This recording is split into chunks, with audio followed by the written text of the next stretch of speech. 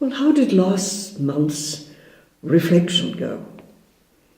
When you went through those questions again, I wonder if you found it difficult to accept that no one owns any country or the planet. We're so used to saying mine. This is my country. The desire to own, to possess, is very deep in the human psyche. Ownership. When we first started moving from one country to another, there was always the question asked, who has the right to this land?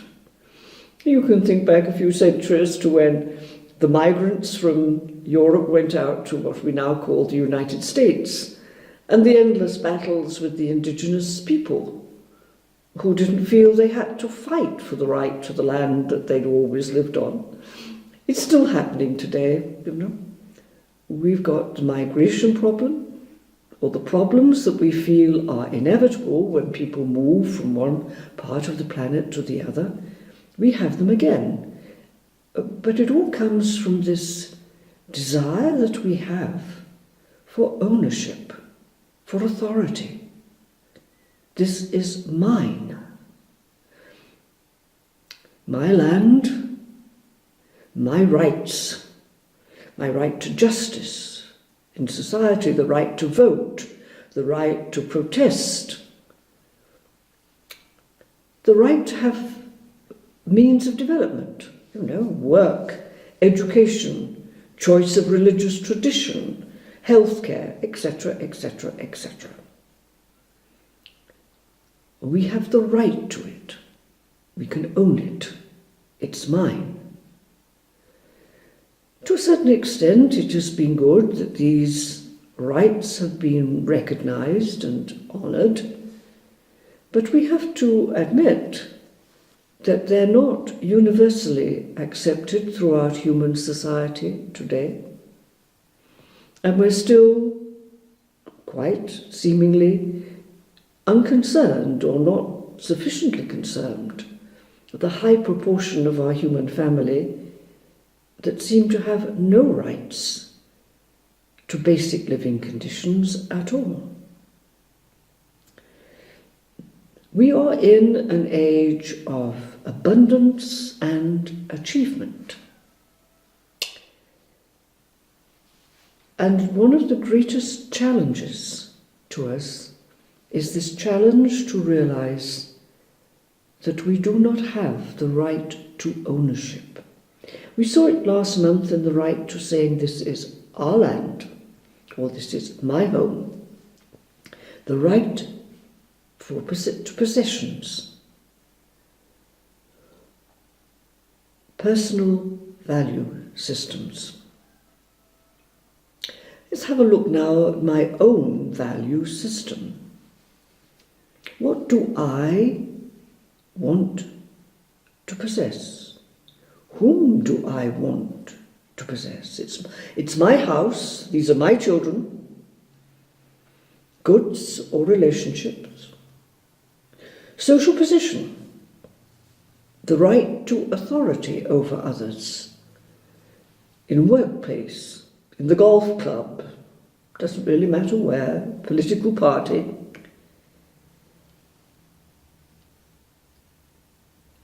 Do I have a right to my own humanness, my own humanity? We would claim the right to my own body, psyche, person, to the skills, the gifts, the intelligence I have, my nationality, my life. Have I ever heard myself thinking or saying, I could let everything else go but this, but that person? This would be my main value. Now again, as we did last time, we have to take those questions and our answers to them, our immediate answers to them, and toss them around for a bit. Remember the picture of the kaleidoscope? Just let them all fly in the air around our minds, but then sit down, settle down, listen to the inner stillness, and see what really has emerged. My life. Is that the one important gift I have? Perhaps if I do that, I will find arising in me the question, now where in my value system is my relationship with the source of all that exists, that one source who alone brought and brings everything into existence, and therefore the only one with the right of ownership. God, by any name, the one who brought all into existence, including me.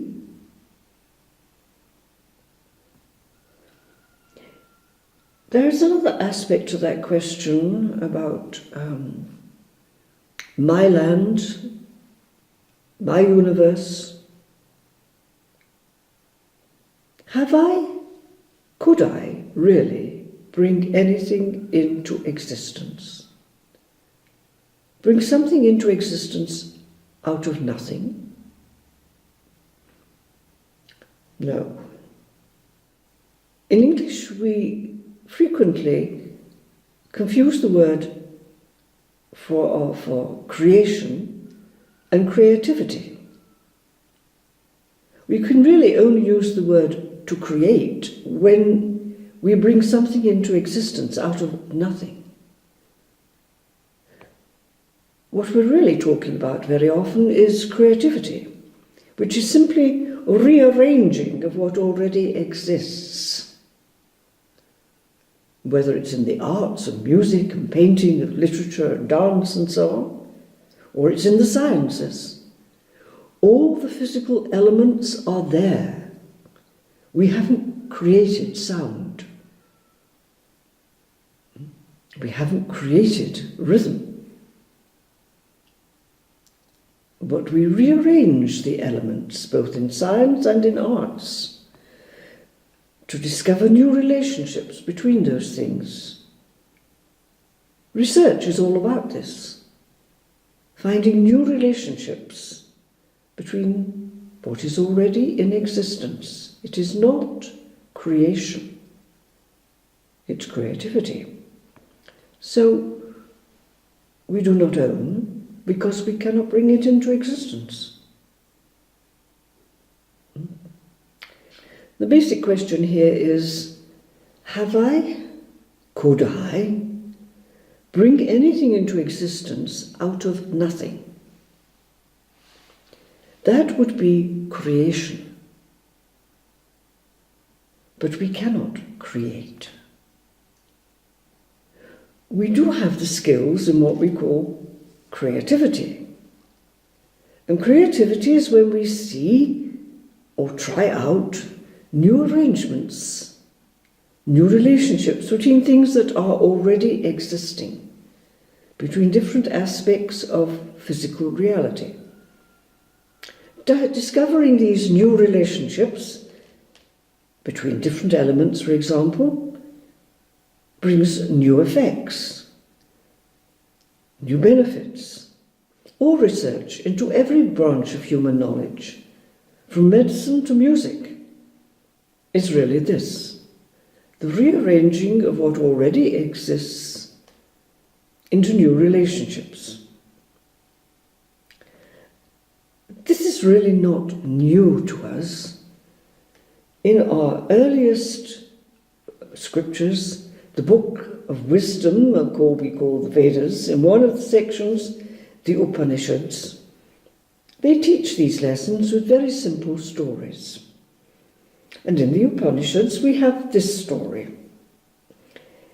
that all the major elements and powers of physical reality, such as wind and earthquake and fire and so on, were talking together. And while they were talking, an unknown being appeared somewhere close to them, something they did not recognize. And so, in turn, they said, "You go and find out what it is." And in the end, Wind decided he would go. So Wind came forward and met this unknown being, but before he could say, "What are you?" the being said to him, "Who are you?" And he had said, "I am Wind." And the being said, "Well, what can you do?" And the wind, and you think now of the storms and the tornadoes that have raced with destruction across many parts of our planet Earth, many countries, and tens of thousands of homes, even in the last few months. Keep in your mind perhaps some of those television news pictures of that sort of devastation. And Wind says, "I can blow away anything I want." And the unknown being reaches out and picks up a single straw and says to Wind, "All right, blow this away." Wind tries, the hurricane starts, and the straw does not fall to the ground. Amazed, and really rather ashamed, Wind goes back. The others are waiting to hear, "Well, who is it? What is it?" And Wind says, "I don't know. You go." And says to Fire, "You go." And again we can think of the wildfires across the continent of North America, but also in Asia and in Africa, which during the last few months have caused as much or even more destruction than the winds and the hurricanes and the storms. And Fire goes up quite confidently, but again, before he can ask the question to this unknown being, "What are you?" he's asked, "Who are you?" And he says, "Fire." "And what can you do?" "I can burn anything that exists." And again, the straw is offered to him. And the question, "All right, can you burn this?" And Fire cannot burn it. Now, the story, if you're interested in it, has a very obvious and interesting ending. You can look it up in the Upanishads. But this brings home and brought home our original wisdom, right from the beginning, that however powerful we think we are, and certainly the elements are, we do not have the power of creation. In this case, they don't even have the power of destruction of what exists, far less than the power to bring something into existence out of nothing. Blow it away, burn it, and I cannot do it. And of course, the realization came, I cannot control it, I do not own it. But that desire to own, to be the ultimate authority, is, as I said, buried deeply in every human psyche. Freedom from the desire to possess things, people, skills. The words me and mine are very quick to rise to our lips. But it's only when I can get myself really free from that desire to own, to possess, that I can truly enjoy and develop the gifts of this life. Now, we have always known this. I quoted one story from the Upanishads, our original Vedic wisdom. But if we look at all the religious traditions, the world religious traditions, and their teaching, we'll see that this wisdom was present in all of them. And the attempts that different human beings have made to become free of the desire to be the owner, to possess. Many people in all of those traditions even vowed their lives to gain dispossession. The sadhus, the wandering sadhus of the Hindu tradition, the Buddhist monks, the Christian monastic traditions, sannyasis and sadhus and monks and nuns, in all the traditions, trying to say, this is the challenge. To be able to live, to enjoy, to use, to develop the gifts of this life and of this planet and universe without the desire to be the one who possesses, who owns them. Dispossession. I think in the Christian monastic tradition, we had a misuse of words again, like this creativity and creation. We said that they took a vow of poverty. It wasn't poverty. It was being free to pick up and put down without the need to possess. What we cannot possess, we cannot own, because we cannot create. It's already gifted. A very simple example of that was given once in my presence by a very famous at the time Hindu spiritual teacher, guru, where he had a multitude of followers who'd come halfway across the world and round the world to India to listen to his talks. And he taught the same basic principles over and over again. And when he received the same questions over and over again about which spiritual practice is the most effective, he simply picked up a pot of glue and said, look, there is only one practice necessary. Get the glue off your fingers. You have to gain your freedom from this desire that this is mine. And I have the right and the authority to this. Then you will really be free to live, to use, to develop, to share all the wonderful gifts that we have on this earth.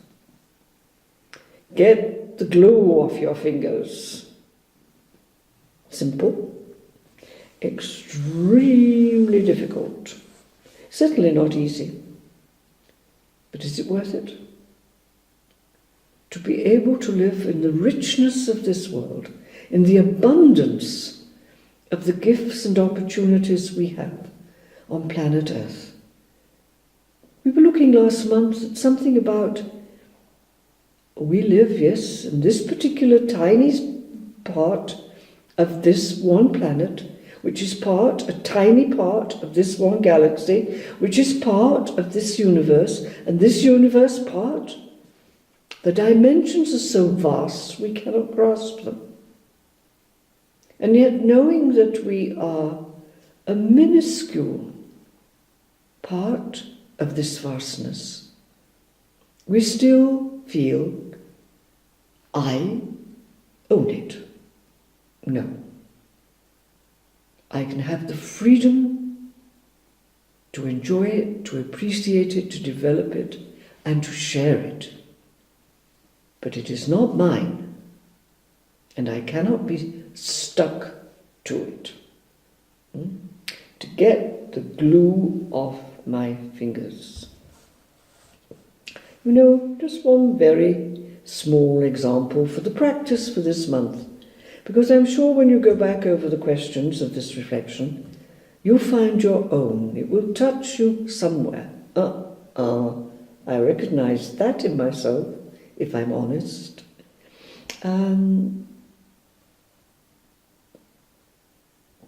Can you enjoy your most valued, your most precious relationships, relationship with someone, without jealousy?